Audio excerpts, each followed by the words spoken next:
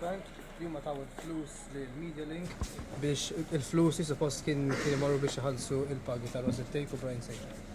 Jien naħseb li l-fatt li jkun hemm allegazzjoni tant serja u partit bħal Partit Nazzjonalista jdu 24 sija biex iwieġeb titfali dubji kbar dwar il-veraċità kemm vera jew le tweġiba li tal-Partit Nazzjonalista. Jien naħseb li mhijiex vera. Xejn naħseb li provaw joħorġu bi skuża, sempliċi raġuni li qed jippruvaw ma jidrux li kissru liġi tal-finanzjament tal-partiti.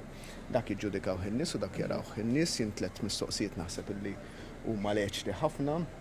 L-ewwel waħda kemm ilu jaf Dr. Busuttil bl-involviment ta' Dr. De Marco.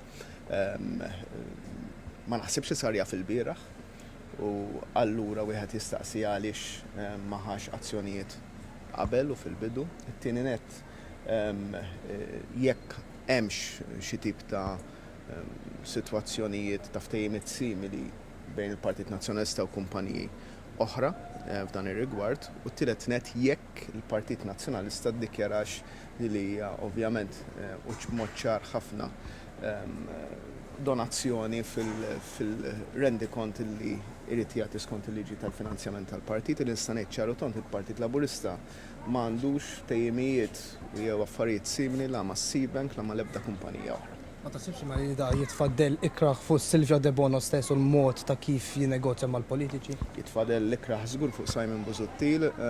Aħna bħala Partit Laburista dejjem ninfetħu għall-iskrutinju, ħanku qed niffaljaw l-affarijiet kollha kif niġu aċċettati mill-Kummissjoni Elettorali wara li nbidlu l-istatut tagħna fi ftit tal-ġimgħat oħra, la għandna u laqqas ikonna la ma' Silvio De Bono, la ma' ħadd ftehimiet simili. Any other questions? Thank you.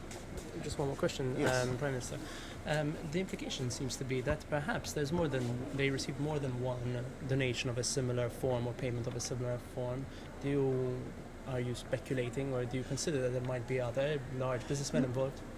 I think that the Nationalist Party owes everyone an answer, especially its members and its supporters. I think people feel that they have been shortchanged and taken for a ride.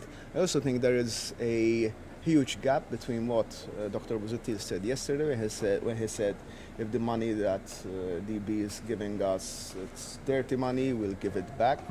And then it took him 24 hours.